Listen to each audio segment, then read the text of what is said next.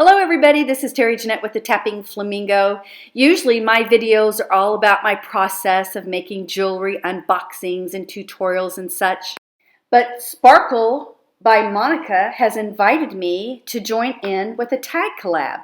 Basically what that means is that I'll be answering 10 random questions. Anyone is invited to do this and I'll explain a little bit more about it at the end. First, I want to do the questions. What do you like best about summer? Wow, this is an easy one. The beach. My favorite place to be. I love the ocean breeze. I love the sun beating down on my skin, the salty water, the sand between my toes, the birds, just everything about it. How did you get interested in making videos? I think for a lot of us YouTubers, it was quite a process. For me, my sister Tammy Pally of Peacecraft Dolls is the one who actually got me interested. It was about 5 or maybe 6 years ago.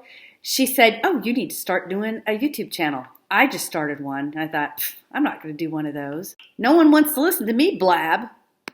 At the time I was getting into photography and I had a friend of mine that was getting married and she could not afford to get a professional photographer. So I contacted her and I asked her if she would let me do her wedding photography and it would be her wedding present.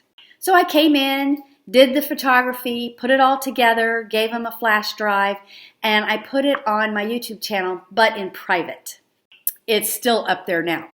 Well, then about a year later, I went to visit my family in Florida, and Tammy came up to my parents' house, and she says, "Hey, let's do a podcast together for my channel."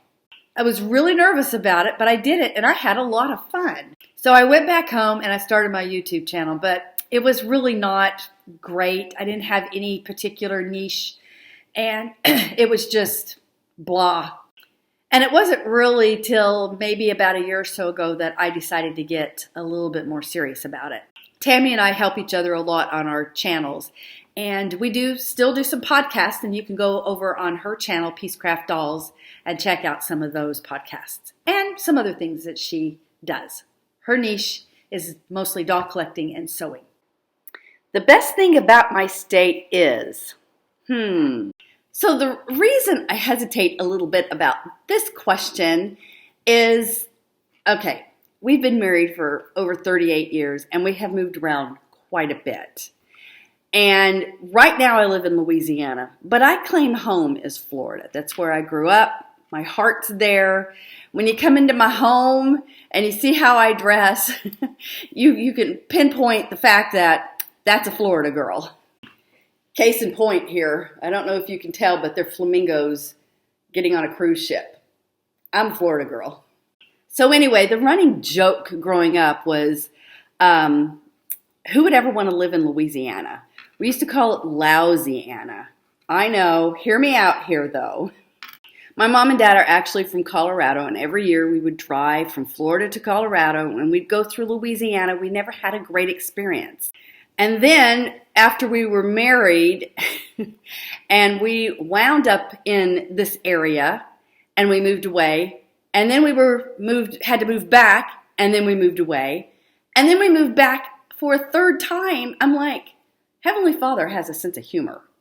But as I said, hear me out, I have learned to really appreciate and love the culture here in Louisiana because we definitely have some culture here. We also have some great food, and the people here are so nice. We definitely live in a unique area, and I have learned to love it. The worst thing about my state is taxes. So I went online to verify that Louisiana was one of the highest states as far as sales tax goes. But I found out it's not. 4.45%. I was like, that's not true.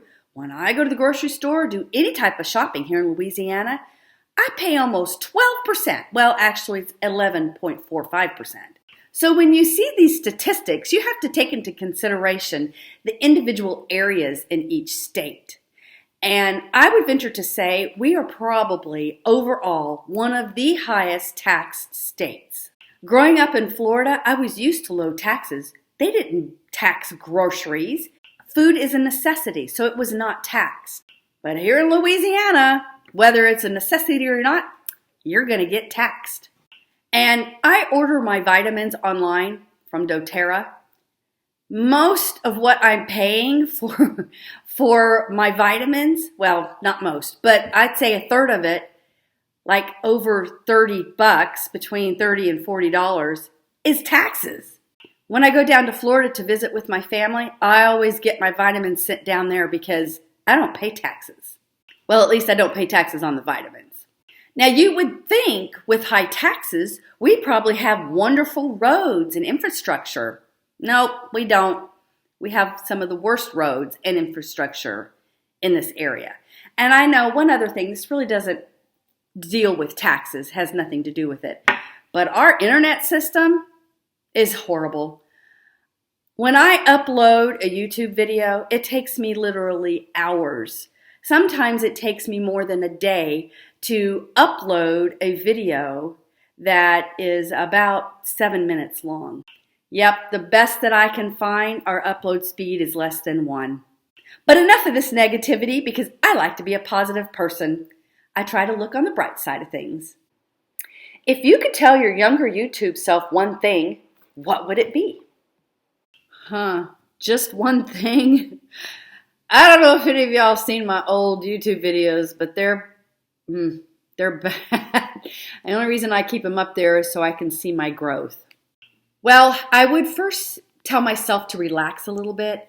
Naturally, I am a pretty shy person. I don't think it comes across as me being shy, but when I shoot my videos, I don't have an audience, and I always have this mindset, if I don't like it, I don't have to post it. So I just try to be myself.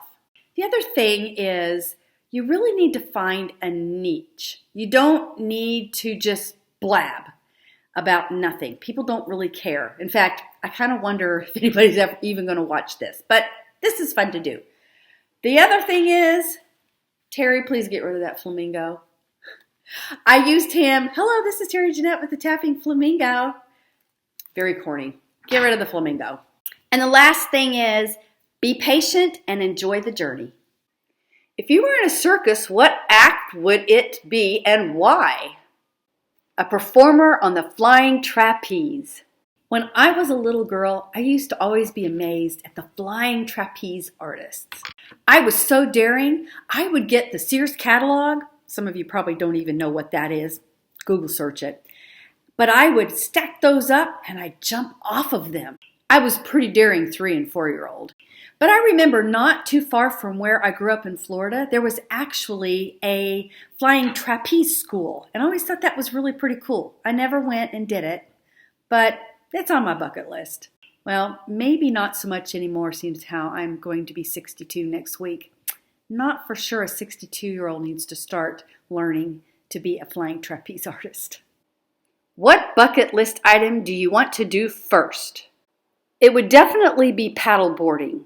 Growing up in Florida during the 60s and 70s, this really wasn't much of a thing. But it is now, and it looks like a lot of fun. Map, GPS, or both? Well, we like to do both. We just got back from a very long trip. We went out to Utah to move our one of our sons and his family to Tennessee. And it was quite the trip. But we actually do both. We keep an atlas in our car. But then my husband, the engineer he is, he makes a list of all the gas stations along the way and the prices. And we use Gas Buddy, so we have the Gas Buddy map. And then we have the map of the first leg of our trip and the next leg and so forth. And he's got the Gas Buddy things marked on the maps. Anyway, it's quite involved. And y'all probably think, that's crazy. But you know what? I'm really glad he did this because particularly this time, we ran into a couple situations where the GPS was not really working too well. We had road closures, rock slides. Anyway, it was horrible.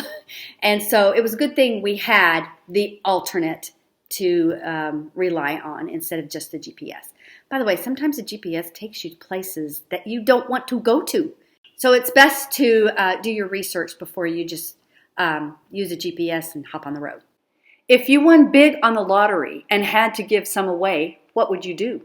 If I won a bunch of money in the lottery, I know exactly what I would do. We have 4 children, so I would probably give them some, enough so they can buy them a nice house.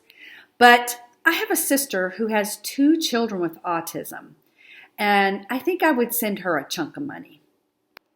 Who will you tag? Well, of course, I'm going to need to tag my sister, Tammy of Peacecraft Dolls. And then I'm going to tag Dolls Rescued. She actually has an interesting channel, and she even has paddleboard with some of her dolls. The next 3 ladies I'm going to tag, I have done collaborations with them. And I think it would be fun to get to know them a little bit better. And their channels are By Clover and Crown, Pirate Pretties, and Dahlia Designs. But you know, you don't have to be tagged to be a part of this. Anybody's invited to answer these questions and do a video.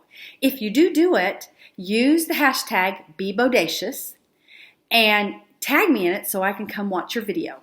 So anyway, hope you enjoyed it. Give me a thumbs up. I'd really appreciate that. And subscribe to my channel if you would like to learn more about designing jewelry and some unboxings and other fun stuff. Mostly though, y'all have a fantastically wonderful day. This is Terry Jeanette with the Tapping Flamingo signing out for now. Bye-bye.